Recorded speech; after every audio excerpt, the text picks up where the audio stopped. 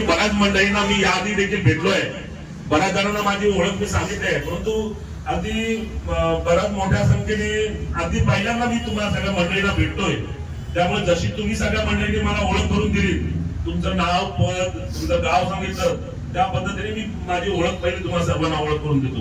याचं कारण असं आहे की पुढल्या 20 दिवसांमध्ये मला प्रत्येकाच्या दारोदारी घरोघरी पोहोचता येणार नाही. तुम्हीच हे शिवसैनिक असणार आहात की माझ्या वतीने की बाबा आपलं नेतृत्व, या मतदारसंघाचं नेतृत्व करण्यासाठी जी व्यक्ती पुढे निघाले ती या पात्रतेची आहे का, त्या सक्षमतेची आहे का, हा मेसेज तुम्ही सर्व मंडळी घरोघरी पोहोचवणार आहात. आणि तेव्हा तुम्हा सगळ्या मंडळींना पहिले ती खात्री पटली पाहिजे. आणि यासाठी मी तुम्हाला माझी पहिली व्यवस्थित ओळख करून सांगतो. जसं तुम्हाला माहिती आहे की मी आपल्या शिव बेंचे परिसरामध्ये जांभुटे म्हणून एक छोटस गाव आहे, त्या गावचा मूळचा रहिवासी. म्हणजे आपण नागोठा परिसरामध्ये, म्हणजे थोडस कार्यक्षेत्र आमचं नागोठा क्षेत्र तिथं. आणि माझं शिक्षण झालंय, मी बीई केमिकल इंजिनिअरिंगची डिग्री घेतली, MBA फायनान्स केलं आणि UPSC ची IIST परीक्षा म्हणतात, म्हणजे थोडक्यात आपल्या सर्वसामान्यांच्या भाषेमध्ये कलेक्टरची परीक्षा, जगामधल्या सगळ्यात कठीण परीक्षांपैकी दुसऱ्या नंबरची कठीण परीक्षा मानली जाते. अगदी 40-45 लाख लोक या परीक्षेसाठी पूर्ण भारतातून अपियर होतात आणि फक्त 400 ते 500 जणांचं सिलेक्शन होतं. एवढी कठीण परीक्षा असते. परंतु या परीक्षेमध्ये पहिल्या प्रयत्नामध्ये इंटरव्ह्यू पर्यंत जाणारा मी रायगड जिल्ह्यातला आदिवासी समाजातला पहिला मुलगा होतो. लहानपणापासून हुशार होतो. 4वी-7वीला स्कॉलरशिपला पहिला होतो महाराष्ट्रामध्ये, 10वीला बोर्डात होतो. आणि त्यामुळेच काहीतरी भव्य दिव्य करायचं, काहीतरी वेगळं करायचं हा उद्देश होता. म्हणून कलेक्टर बनण्याचं स्वप्न 1912 वेळा होतं. इंटरव्ह्यूला 4 वेळा गेलो.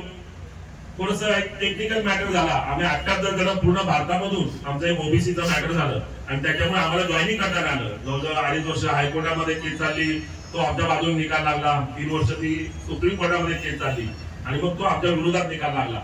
त्याच्यामुळे मला ते माझं स्वप्न पूर्ण नाही करता आलं, मला जॉईनिंग नाही करता आलं. त्यानंतर मी माझी कॉर्पोरेट कन्सल्टन्सी चालू केली.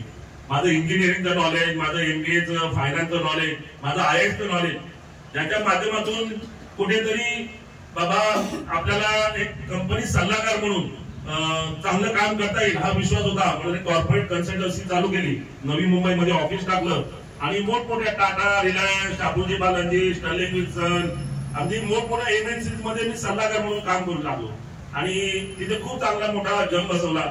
कॉर्पोरेट वर्ल्ड मध्ये माझं मोठं नाव आहे. रतन टाटांपासून सायरस मिस्त्री, शापूर मिस्त्री, त्या मोठमोठ्या कॉर्पोरेट टायकून्स बरोबर मी वैयक्तिक कामं केली.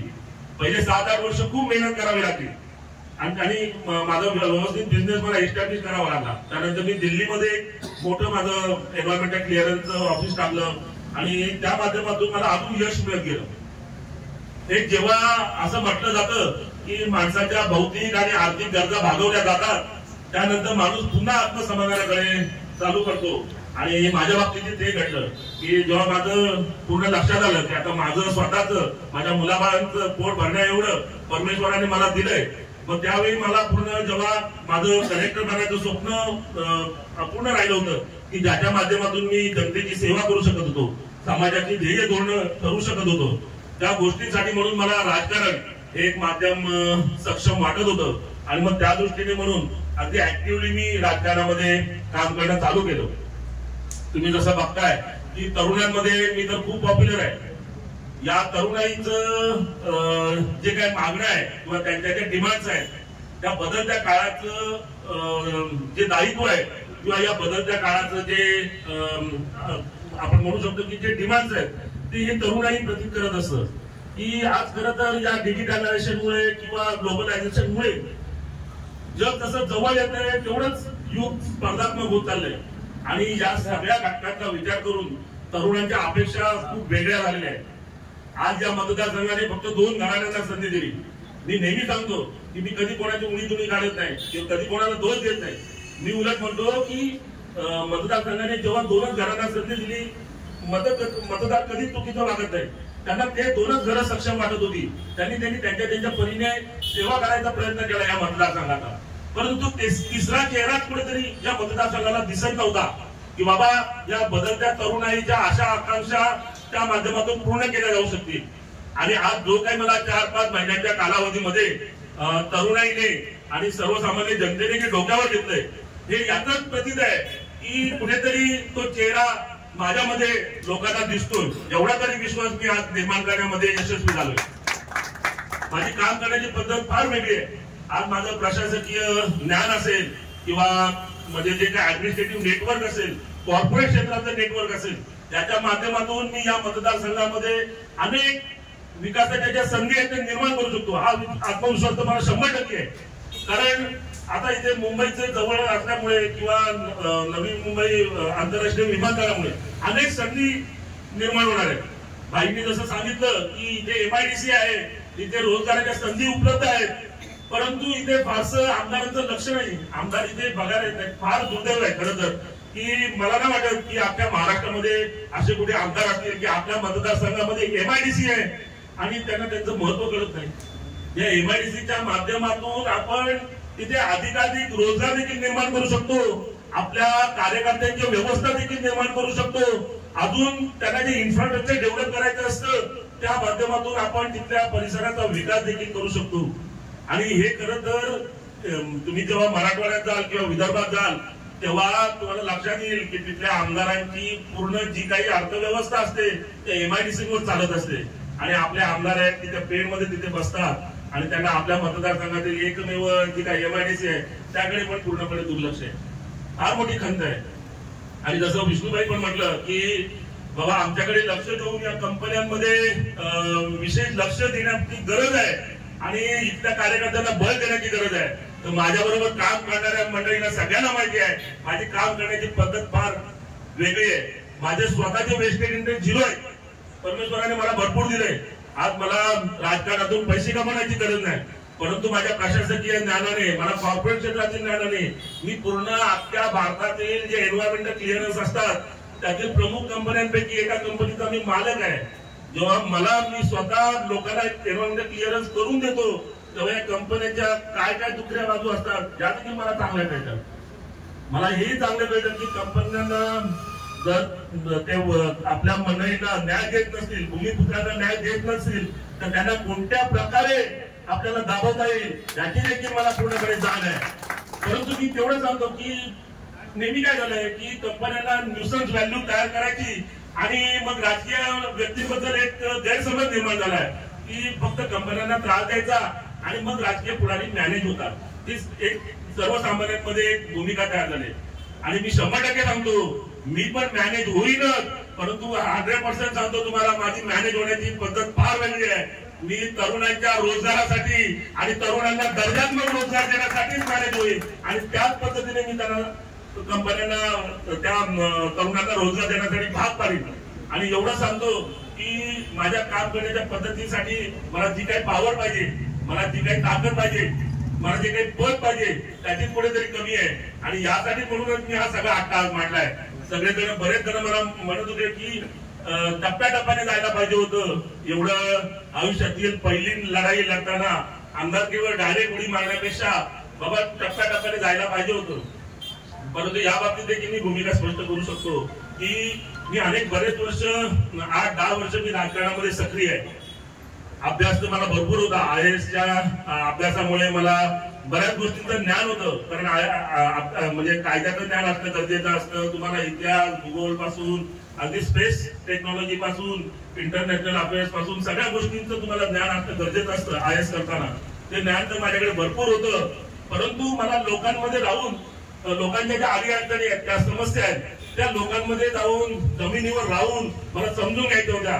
म्हणून मी बरेच वर्ष समाजामध्ये काम करत होतो, राजकारणामध्ये सक्रिय काम करत होतो. तो मला जेव्हा कॉन्फिडन्स आला की मी आता माझ्या ज्ञानाचा उपयोग करून आणि समाजाच्या या समस्या समजून मी आता विधिमंडळामध्ये जाऊन या समस्यांना न्याय देऊ शकतो, तेव्हा मात्र मी पॉईंट केला की आपण ही आमदारकी लढवायची. आणि मग त्यासाठी मी कुठेही मागे पुढे न बघता अपक्ष म्हणून उमेदवारीसाठी पुढे सरसावलो. भाई त्यामागची भूमिकाच ही होती की मला महाराष्ट्रातील राजकारणाची जी व्हल्नरेबिलिटी आहे ती चांगली कळते की आज एका ठिकाणी 3 पक्षांची महायुती आहे, एकीकडे 3 पक्षांचं महाविकास आघाडी आहे. आणि मग या अशा घडामोडींमध्ये कुठे काय घडेल, आदल्या रात्री काय घडेल, त्या टेबलवर चर्चा करताना 3 पक्षांमध्ये काय घडेल हे कोणालाच कळू शकत नव्हतं. हे अगदी त्या मोमेंटला त्याचा निर्णय होणार होता.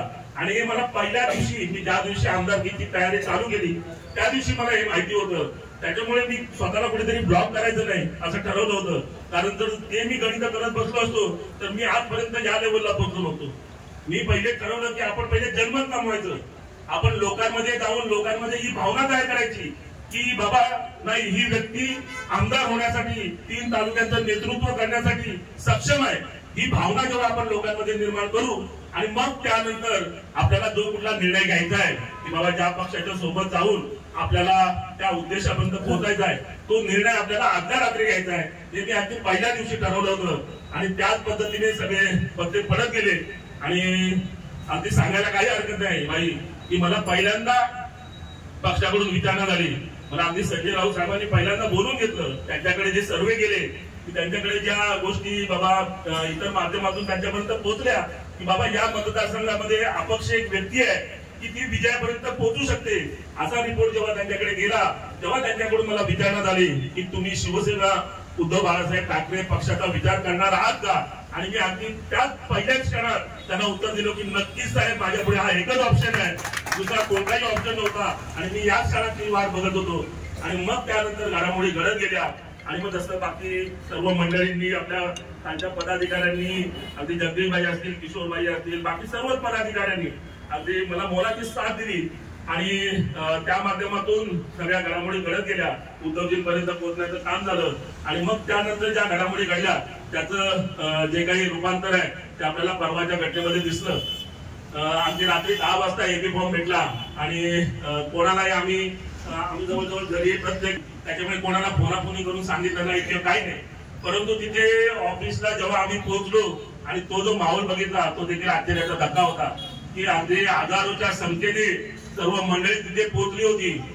कारण का, तर प्रसाद भोईर या व्यक्तीवर तरुणांचं प्रेम होतच, सर्वसामान्यांचं प्रेम होतच, परंतु त्याच्या मागे जो शिक्का बसला होता मशालीचा, त्याने एवढा मोठा इम्पॅक्ट केला की लोकांना फक्त तो सोशल मीडियावर एक मेसेज जाण्याची पोटी होती.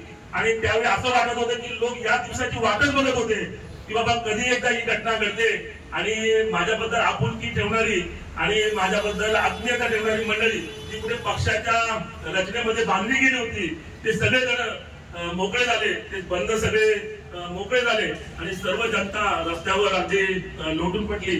आणि त्यातूनच तो जो काही हे म्हणता येईल आपल्याला की एवढे सगळी जनता रस्त्यावर एकवटली एका सर्वसामान्य माणसासाठी. आपले समोरचे जे प्रतिस्पर्धी आहेत त्यांनी जवळजवळ 10 दिवस गावोगावी बैठका केल्या, नियोजनाच्या बैठका केल्या, विभागवार नियोजनाच्या बैठका केल्या, गाड्यांच्या बैठका केल्या, जेवणा खावण्याच्या सगळ्या बैठका केल्या.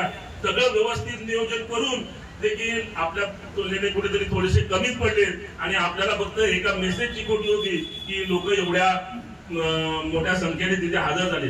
त्याचा मेसेज एकच आहे की सर्वसामान्य जनतेला प्रसाद भोईरवर 4-5 महिन्यामध्ये एवढं प्रेम उफाळून नाही आलेलं, परंतु या प्रस्थापितांवरती नाराजी एवढी आहे की त्यांना फक्त एक कोणतरी निमित्त पाहिजे होतं, एक कोणतरी चेहरा पाहिजे होता. आणि तो चेहरा फक्त प्रसाद भोईरच्या रूपाने त्यांना दिसतोय.